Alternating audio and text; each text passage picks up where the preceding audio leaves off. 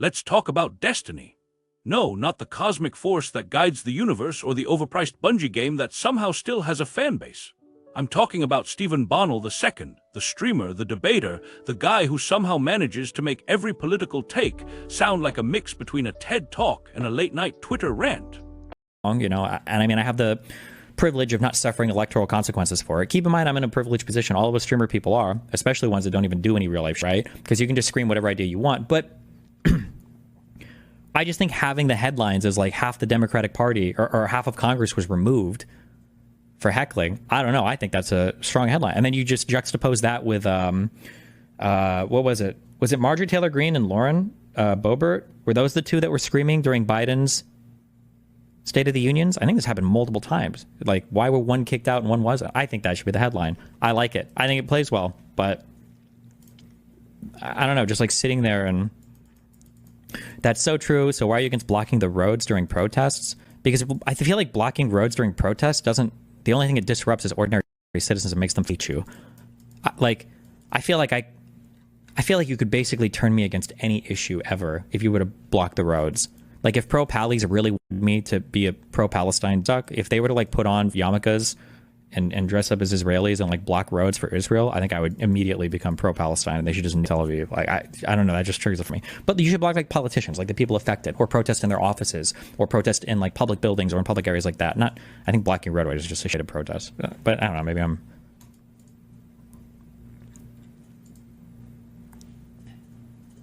$4,000 is to organize. So I put a call together last week with our activists. I thought I don't know if these comments are ever worth responding to.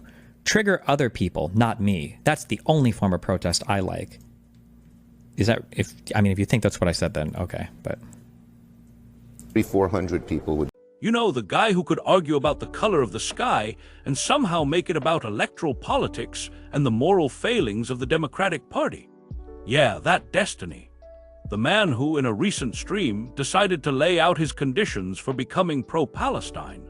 Because, of course, the Palestinian cause, a decades-long struggle for liberation, self-determination, and basic human rights, needs to pass the destiny litmus test before it can earn his coveted endorsement. Now, before we dive into the meat of this glorious, unhinged monologue, let's set the stage. Destiny is, by his own admission, in a privileged position. He's a streamer, a digital gladiator who fights battles of wit and logic in the Colosseum of Daliban chat. He doesn't have to worry about electoral consequences, real-life repercussions, or, God forbid, touching grass. He can scream whatever idea he wants into the void, and the worst that happens is he gets ratioed on Twitter. It's a cushy gig, and he knows it. But here's the thing. Privilege doesn't just mean you get to say whatever you want. It means you get to say whatever you want and then act like it's profound. And boy, does destiny lean into that. So what are these conditions, you ask? What must the pro-Palestine movement do to earn the blessing of the great and powerful destiny? Well, buckle up, because we're about to take a journey through the mind of a man who thinks blocking roads is the ultimate moral failing, and that Marjorie Taylor Greene heckling Biden is somehow relevant to the conversation. Spoiler alert, it's not, but that won't stop him from talking about it. Let's start with the big one, blocking roads.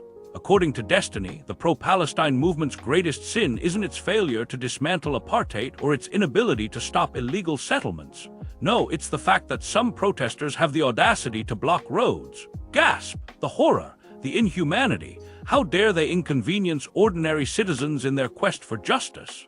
Don't they know that the only acceptable form of protest is one that doesn't disrupt anyone's day? Destiny's logic here is, as always, impeccable. If you block a road, you're not just annoying people, you're turning them against your cause. In fact, he claims that if pro-Palestine protesters dressed up as Israelis, put on yarmulkes and blocked roads in support of Israel, he would immediately become pro-Palestine. Because apparently, the key to winning him over isn't moral consistency, historical accuracy, or a compelling argument. It's a good old-fashioned bit of trolling. Let's break this down for a second. Destiny is essentially saying that the effectiveness of a protest is determined not by its message, but by its ability to avoid pissing people off. By this logic, the civil rights movement should have just stuck to writing strongly worded letters instead of sitting at lunch counters or marching on Selma. After all, those actions disrupted the status quo and made people uncomfortable. And we can't have that, can we? But here's the thing, protest isn't supposed to be convenient. It's not supposed to be polite. It's supposed to disrupt. It's supposed to force people to pay attention, to confront uncomfortable truths, to acknowledge that there's a problem that can't be ignored. Blocking a road might be annoying, but it's also a powerful symbol of resistance. It says, we will not be silenced. We will not be ignored. We will not let you go about your day as if everything is fine when it's not. Of course, Destiny doesn't see it that way. To him, blocking roads is just a way to trigger people. And triggering people is bad, unless it's Marjorie Taylor Greene and Lauren Boebert heckling Biden during the State of the Union. Then it's fine. Actually, it's more than fine. It's a strong headline. Because nothing says serious political discourse like two conspiracy theorists yelling at the president like they're at a WWE match. Here, where Destiny's privilege really shines through. He's in a position where he can afford to be cynical about protest because he doesn't have to live with the consequences of inaction. He can sit in his chair, stream for hours, and pontificate about the right way to protest without ever having to set foot in a war zone, live under occupation, or face the daily realities of systemic oppression. He can afford to be detached, to treat politics like a game, because for him it is. But for the people actually affected by these issues, the Palestinians living under occupation, the activists fighting for their rights, the ordinary citizens who just want to live in peace, protest isn't a game. It's a matter of survival. It's a way to say, we exist, we matter, our lives are worth fighting for. And if that means blocking a road or disrupting traffic, then so be it.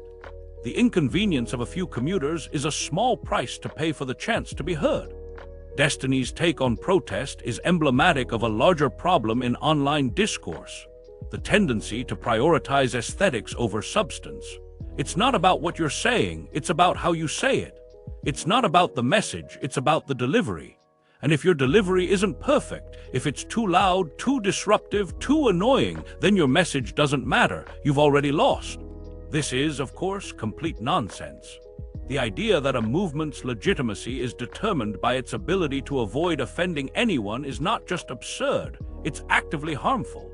It reinforces the status quo, silences marginalized voices, and ensures that nothing ever changes. Because if the only acceptable form of protest is one that doesn't disrupt anything, then what's the point?